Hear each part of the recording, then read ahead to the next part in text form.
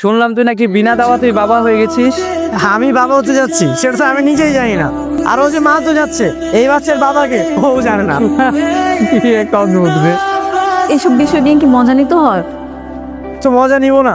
তোমার বাচ্চার বাবাকে সেটা তো তুমি নিজেই বলতে পারছো না, তাহলে কি করবো? মজা তো নিতেই হবে কি রে? আচ্ছা দোস্ত, এমন তো হতে পারে ঘুমের মধ্যে। ঘুমের মধ্যে? সেটাই হতে পারে তো, আমিও সেটাই ভাবছি। হ্যাঁ আমিও তো সেটাই ভাবছি। এই আমি কি তোমার সাথে কখনো এক খাটে ঘুমিয়েছি? হ্যাঁ, ওই যে বৃষ্টির দিন। হ্যাঁ বৃষ্টির দিন?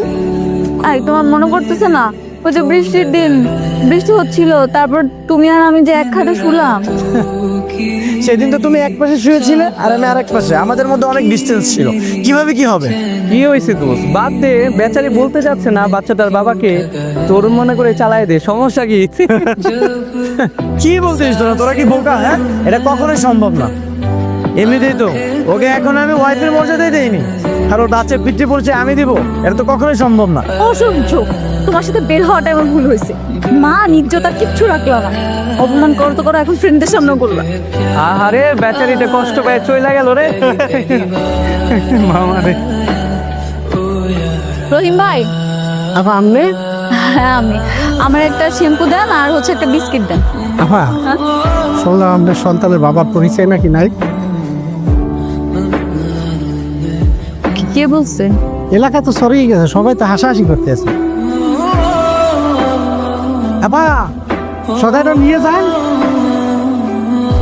আরে আপা, আপনার বাচ্চার নাকি বাবার সন্ধান পাইতেছেন না? না পাইলে মহল্লা একটু পোস্টার লাগিয়ে দেন, তাই যাবেন।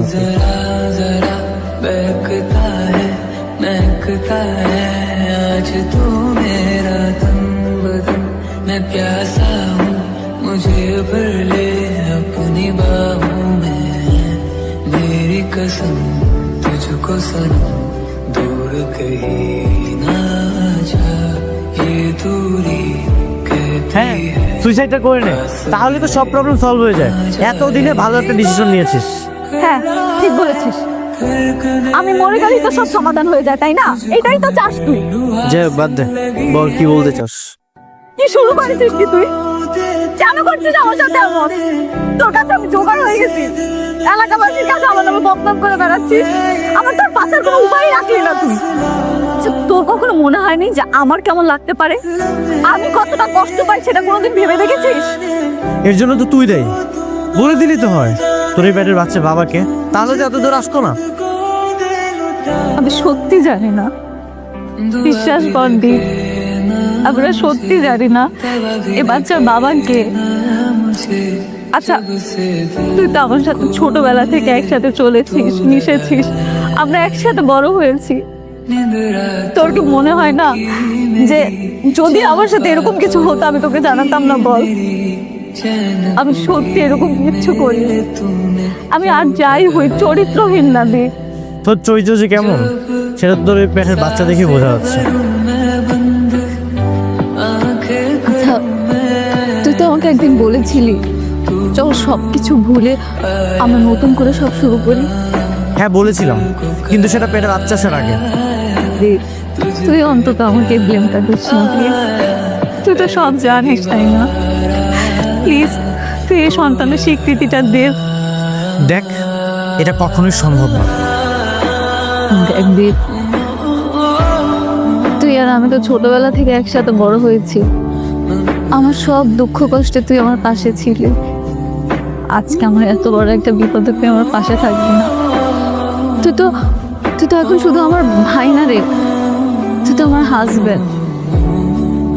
দেখ আমার এত বড় একটা বিপদ, এলাকাবাসী আমাকে এইভাবে কথা শোনাচ্ছে, এইভাবে ব্লেম দিচ্ছে, একমাত্র তুই পারিস আমাকে সব কিছু থেকে উদ্ধার করতে। আমি না তোকে রিকোয়েস্ট করতাম না রে, এই সন্তানটার দিকে তাকিয়ে আমি তোকে রিকোয়েস্ট করছি, প্লিজ দীপ, এলাকাবাসী সবাইকে বলে দে এই সন্তানের বাবা তুই। তোকে আমি আবারও বলতেছি এটা কখনোই সম্ভব না, যেটা আমার না সেটা আমি কখনোই মেনে নিতে পারবো না। তুই একটা কাজ কর, তোকে একটা ভালো আইডিয়া দিচ্ছি, তুই ফেসবুকে স্ট্যাটাস দে বাচ্চার বাবাকে। তুই যার যার সাথে সময় কাটিয়েছিস না, দেখবি যে কারো কারো মনে পড়বে, কমেন্ট করে জানিয়ে দিবে বাচ্চার বাবাকে। চরিত্রহীন না তোকে বলেছি